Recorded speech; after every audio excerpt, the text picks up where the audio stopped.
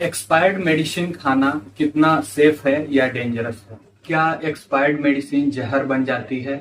क्या expiry date के बाद मेडिसिन खाना डेंजरस है, या फिर एक्सपायरी डेट हो जाने के बाद मेडिसिन कुछ दिन और यूज की जा सकती है? हेलो फ्रेंड्स, मेरा नाम है दानिश अहमद। मैं हूं एक मेडिकल स्कॉलर और आज की वीडियो में हम इन्हीं सब टॉपिक पे बात करने वाले हैं। तो वीडियो शुरू करने से पहले अगर आप चैनल पे नए हैं तो जरूर से सब्सक्राइब कर लें। यहाँ पर आपको मेडिकल और हेल्थ रिलेटेड नॉलेज ऑलवेज मिलती रहती है। तो चलिए स्टार्ट करते हैं और सबसे पहले समझते हैं कि एक्सपायरी डेट का मतलब क्या होता है। एक्सपायरी डेट वो डेट होती है जिसके बाद मैन्युफैक्चरिंग कंपनी उस मेडिसिन का सेफ्टी, इफिकेसी और क्वालिटी का गारंटी नहीं लेती। इसका मतलब ये बिल्कुल भी नहीं है कि एक्सपायरी डेट होने के अगले ही दिन कोई भी मेडिसिन पॉइजन हो जाती है। एक्चुअली वो अचानक से पॉइजन नहीं बन जाता, लेकिन उसका असर धीरे धीरे जरूर कम हो जाता है। तो अब देखते हैं कि एक्सपायर्ड मेडिसिन के जो मेजर रिस्क हैं वो क्या है।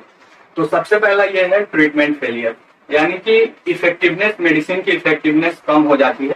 आप जिस बीमारी के लिए मेडिसिन ले रहे हैं उसमें वो काम नहीं करेगी, यानी कि इफेक्टिवनेस उसका कम हो जाता है। दूसरा ये है कि कुछ सीरियस डिजीजेस में कुछ मेडिसिन जो हम लेते हैं अगर एक्सपायरी डेट के बाद, तो एक्चुअली वो सीरियस कंडीशन क्रिएट कर सकती है, यानी कि वो हमारे लिए हानिकारक हो सकती है।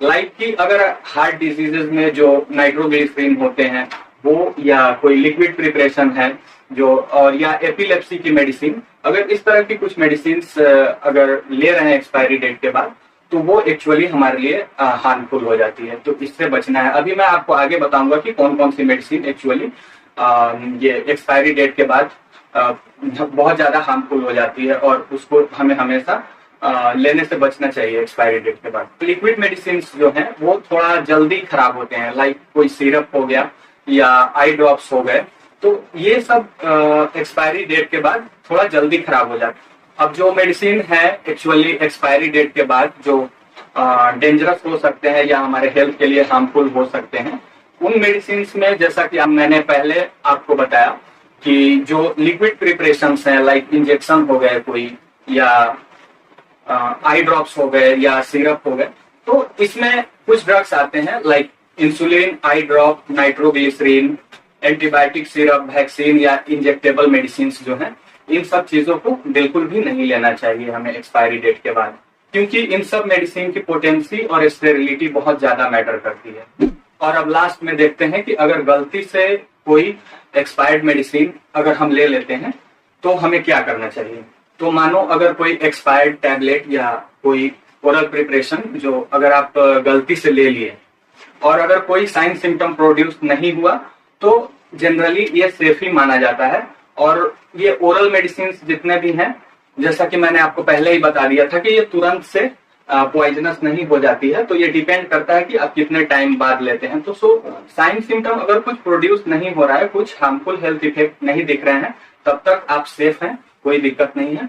लेकिन बाद में आपको पता चला कि मेडिसिन बहुत पुरानी है या कोई लिक्विड प्रिपरेशन थी या कोई अनयूजुअल सिम्टम्स आ रहे हैं, कुछ हार्मफुल हेल्थ इफेक्ट अगर आपको दिख रहे हैं, तो इस कंडीशन में आपको तुरंत एक मेडिकल एक्सपर्ट को, एक डॉक्टर को कंसल्ट करना चाहिए।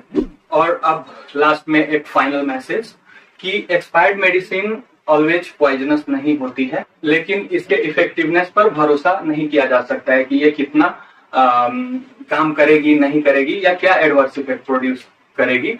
इस चीज को प्रिडिक्ट नहीं किया जा सकता है। इसीलिए हेल्थ के मामले में रिस्क लेने के बजाय हमेशा नॉन एक्सपायर्ड मेडिसिन ही यूज करना प्रेफर करें। और एक्सपायर्ड मेडिसिन का सबसे बड़ा खतरा पॉइजनिंग नहीं है, बल्कि ट्रीटमेंट फेलियर, कि आप जिस चीज के लिए ले रहे हैं मेडिसिन, वो चीज आपका उससे ठीक नहीं हो रहा, तो यही ट्रीटमेंट फेलियर का इशू इसके साथ रहता है। So that's all for today. इस वीडियो में इतना ही, मिलते हैं फिर किसी नेक्स्ट वीडियो में। Till then bye bye. आप अपना खास ख्याल रखें, आप अपने हेल्थ का ख्याल रखें। Stay healthy, stay fit. Thank you for watching the video.